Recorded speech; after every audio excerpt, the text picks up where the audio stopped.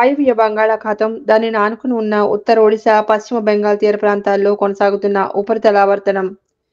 దీని ప్రభావంతో రాబోయే 24 గంటల్లో వాయువ్య బంగాళాఖాతం, దానిని ఆనుకుని ఉన్న ఉత్తర ఒడిశా, పశ్చిమ బెంగాల్ తీర ప్రాంతాల్లో అల్పపీడన ప్రాంతం ఏర్పడే అవకాశం ఉంది.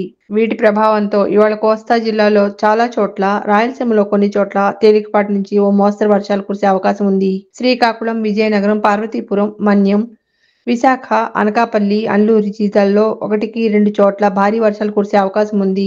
ఉరుములతో కూడిన మెరుపులతో పాటు గంటకు 50-60 కిలోమీటర్ల వేగంతో ఈదురుగాలులు వీచే అవకాశం కలదు.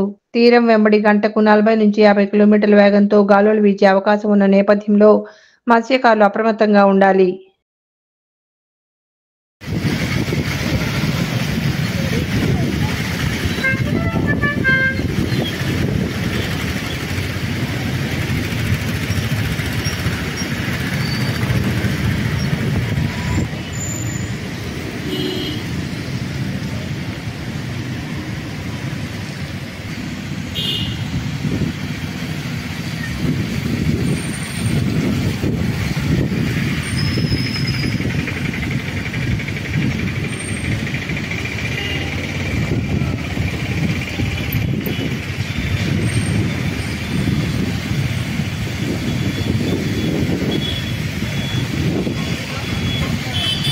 వైజాగ్ విజన్ ఛానల్ ని సబ్స్క్రైబ్ చేసుకోండి. మా ఛానల్ అందిస్తున్న జాతీయ, అంతర్జాతీయ స్థాయి వార్తా విశేషాలు, నోటిఫికేషన్స్ కోసం ఇక్కడ కనిపిస్తున్న బెల్ ఐకాన్ ని క్లిక్ చేయండి.